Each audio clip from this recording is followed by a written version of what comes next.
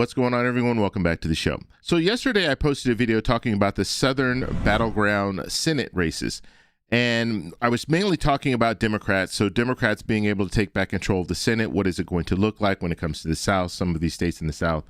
And I had some people ask me, well, what about the rest of the states?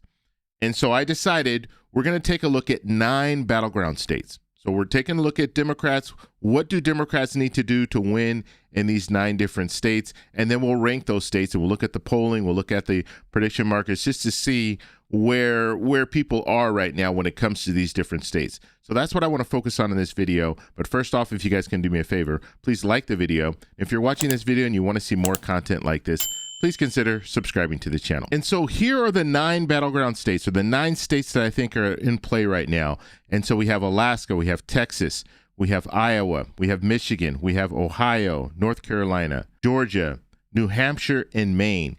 So we're going to take a look at each of these states. I want to take a look at polling on each of these states, and then I'll rank them. I'll show you what I think the ranking should look like as far as the possibility of Democrats winning in each of these different states. And so here's my illustration here. We're going to go ahead and I want to show you 9 first. We'll work from 9 down to 1. So 9 being the state that is most likely to either it's leaning Republican or it's a state that Democrats will have the biggest challenge in winning. So let's start with number 9. So number 9 here is Iowa. Now, when it comes to Iowa, the first thing is we don't really have that much information on Iowa, but I think Democrats they're going to struggle the most trying to win Iowa. Remember, they have to flip Iowa.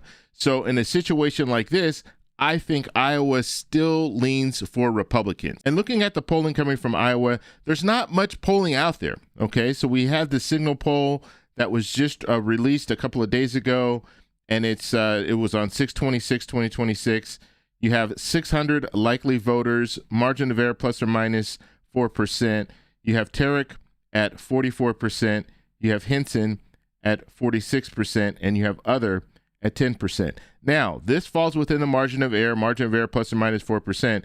So this falls within the margin of error. Tarek could be ahead of Henson, or showing here, Henson can be 4 points higher. So she could be up to 50%, or Tarek could be ahead of her. So there's no clear leader, basically, is what we're saying. So we don't have that much information. You see the last poll, Echelon Insights, that was April 21st of 2026. And so because we don't have that much information, it's very hard to call this. And that's why I'm saying that it would lean for Republicans. Looking at the prediction market, as Henson at 60%, it has Tarek at 40%. And so that's something else to look at. And let me say a little bit about the prediction market, because I had some people say, well, why are you using the prediction market? I don't like the prediction market. The reason why I'm using the prediction market, so I'll look at polling, I'll look at the prediction market. It's just a tool. Okay, so it just gives me an idea, another idea. So if we're looking at polling, it's telling us one thing. We look at the prediction market. If it's telling us the same thing, then it just complements what we're seeing in the polls. But when it's different, that's when you want to look into it a little bit more, because maybe you're missing something. That's the only reason that I look at the prediction market. Okay, let's look at the next ranking. Let's look at number 8. So number 8, I have Texas. Okay, and this might be surprising. Some people think, Texas should be much higher. But I think Texas still leans for Republicans. And the reason why is, even with everything that's been going on, and we take a look at some of the polling, let's move down. Now, looking at the polling coming out of Texas, even with everything going on, right now, if we look at the average, the last 4 polls, you have Tallarico at 44.8%. You have Paxton at 44%. But this race is very, very close. And just looking at the history and how Democrats haven't won this seat in over 30 years, this is one of those seats where I would say it still leans for Republicans. It's going to be hard for a Democrat to win. It's still going to be hard for Tallarico to win. I'm not saying that he can't win. I think he has what it takes to win, but everything needs to line up for him to win. And so that's why I have Texas at number 8. So let's take a look at number 7. Number 7 is Alaska. Now, when it comes to Alaska, I would call Alaska right now a toss-up, but it leans for Democrats very slightly. When we look at the latest polling coming out of Alaska, you see here, and this was done on 3/29. You have Peltola at 46%, Sullivan at 41%, and then you have the other candidates here. Now, what we don't know is, because they have ranked choice voting, we don't know who the other 2 candidates will be, because there's going to be a total of 4 candidates on the ballot. So that could change things just a little bit. If we look at the most recent poll, and the one that I showed you was back in March, but this was 6/12/2026. You have 1,393 likely voters. You have the margin of error there, plus or minus 3%. So this is a good sample size and everything. This poll is good. You have Peltola at 49%. You have Sullivan at 44%. And then they also have Hickes and Darden on this one. Now, Hickes and Darden, they're both Republicans, so that could change things with ranked choice voting. But right now, you have Peltola leading in most of the polls. Most of the polls that I've seen, she is leading, which is good. That's good for Democrats. That means that people are resonating with her. But because you have Republicans splitting up some of the vote on the other side, so Sullivan, who's the incumbent, he has other Republicans that he's running against. That could mean that Sullivan might get some of those votes coming from these other candidates if they are the top four. We don't know who the top four. We have to wait until after the primary. But if you were to ask me Alaska, I would say it's in that kind of toss-up lean Democrat. But I think Democrats still have a really good shot of winning in Alaska. Okay, let's look at number 6. So number 6, we have Ohio. Now, I've moved Ohio up. I moved it up over Alaska. And the reason for that, when we look at the latest polls coming out of Ohio, you see that Sherrod Brown, actually the last 2 polls, Sherrod Brown led in the last 2 polls. One was Fox News and the other one was AARP. And so because of that, I'm starting to see, and then we look at the prediction market here just to give us some more confirmation here. So Sherrod Brown at 56%, and then you have Husted at 44%.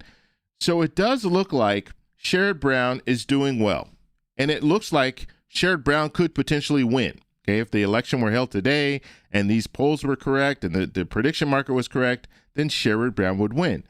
And so because of that, I think now we're looking at Ohio as a lean Democrat instead of a toss-up. Before I had it as a toss-up. Now I think it's more of a lean Democrat. Okay, number 5. Number 5, we have Maine. Now, Maine has moved down on my list because of the situation with Plattner. Okay, Plattner's had a few scandals as of late, and because of that, that is the reason why I moved it down just a little bit. And you can see it in the polls. When you're looking at the polls here, and this latest poll here, this WIC poll, you see that Plattner, he's still ahead. Okay, and if we're looking, this was posted on 6/16, 1,008 likely voters, plus or minus, margin of error plus or minus 3.1%. You have Plattner at 48. You have Collins at 45. You have 7% other. This falls within the margin of error, so there's no clear leader. If you look at the average of the last 5 polls, you have Plattner at 48.8. You have Collins at 44.8. So Plattner does have a lead. Okay, I think Maine still leans for Democrats, but he had a much larger lead before. If you go down and you look at some of the previous polls, you see he was much higher points, higher spread. Now it's starting to tighten. Okay, and that could be as a result of the text message scandal. Or we don't know yet. But because of that, I still think it leans for Democrats. I still think Democrats have a really good shot at winning in Maine. But I just moved it down on the list just a little bit because of what's going on with Plattner and the scandals. Okay, number 4. So we're getting to the very top here. Let's see. Number 4, we have Michigan. Now, when it comes to Michigan is a must-win for Democrats. They have to be able to defend Michigan. The other states that we've been going over, these are states that Democrats could flip. But now we're getting into some states where Democrats have to defend. And so Michigan is one. We don't know how it's going to play out. We're still waiting for the primary. So the primary is in August. Once we know who the candidates are, then we'll have a better idea of how this is going to go. But I'm just looking at past history, and realistically looking at polling, it's not really showing us much because we don't know who the candidate's going to be. And usually once the people know who the candidate is, sometimes they'll change how they feel about different races. But we'll take a look. And so in Michigan, because we do not know who the candidate is going to be yet, El Sayed looks like he is the front runner right now. And so it's going to be between El Sayed, Stevens, and McMorrow. So if it is El Sayed, we've seen some polling, and I've shown this in the past, where El Sayed, it didn't really matter who the candidate was, but El Sayed against Rogers, it was within that margin of error for all of these different candidates. El Sayed against Rogers, Stevens against Rogers, McMorrow against Rogers. It's all within that margin of error, so there's no clear leader. But looking at the history and how people vote in Michigan, I think this still leans for Democrats. Okay, number three here. North Carolina. Okay. When it comes to North Carolina, I think this is going to be a big flip for Democrats if they can pull this off. Roy Cooper is doing really well. He's running against Whatley, and I think that he has a really good shot at winning. And looking at the latest polling when it comes to Roy Cooper, and you can see it right here, Roy Cooper, 48 to 34, 49 to 42, 50 to 39, 50 to 41. So Roy Cooper is dominating right here. He is leading in all of the polls. And then when we look at the prediction market here, you do see Roy Cooper at 87%, and you see Whatley at 13%. And so it's very likely that Roy Cooper is on the path of winning in North Carolina. Now, I want to go back to Michigan for 1 second. I didn't talk about the prediction market. And so the prediction market is showing us that El Sayed at 82% will win over Stevens and McMorrow. And then it's also showing us the Democratic Party, so whoever the candidate is at 73%, and then the Republican is at 31%. And so in Michigan, looking at the prediction market, looking at the polling, and then just overall looking at the history in Michigan, it looks like Democrats do have an advantage when it comes to Michigan. Okay, number two. So number two, we have New Hampshire. Okay, now when it comes to New Hampshire, this is another state that Democrats need to defend. They can't lose this state. And when we look at the polls coming out of New Hampshire, you have Pappas running against Sununu. Well, we don't know exactly who it's going to be yet, but these are the front runners. So that's why I'm putting them here. And you see, there are not too many polls coming out. The last poll was 4/23/2026. You have 1,129 likely voters. The margin of error there is plus or minus 2.9%. You have Pappas at 49%. You have Sununu at 42%. You have other at 9%. And then when you look, you see that Pappas, he is leading in all of the polls, okay? And then when we look at the prediction market is showing us Democratic Party, so whoever the candidate is, 86% chance of winning, and then the Republican Party, 16% chance of winning. So when it comes to New Hampshire, that's another state Democrats need to defend, and right now it looks like they're on the path to defending that state. And then the last state, what are we missing? Who do we forget? Georgia. The great state of Georgia. And when it comes to Georgia, I think Ossoff is most likely going to win. When we start looking at some of the polling, you have Echelon Insight. This was conducted or at least posted on 4/21/2026. 407 likely voters. Margin of error there plus or minus 6.5%. You have Ossoff at 51%. You have Collins at 44%. You have other at 5%. And this falls just outside of the margin of error, but very, very close. And then looking at the prediction market, it's showing us here that Ossoff has an 84% chance of winning, and then Collins has a 16% chance of winning. And so this is going to still be very hard for Democrats to do, because if you look at this map, Democrats need to defend Michigan. They need to defend Georgia. They need to defend New Hampshire, and they need to net 4 seats. So in the big scheme of things, if we're just looking at these 9, Democrats need to win 7, at least 7 out of the 9 in order to take back control of the Senate. Republicans, they only need to win 3 out of the 9. If they can win 3 out of these 9, they're going to maintain control of the Senate because it'll be a 50-50 Senate. Vice President will come in and break the tie.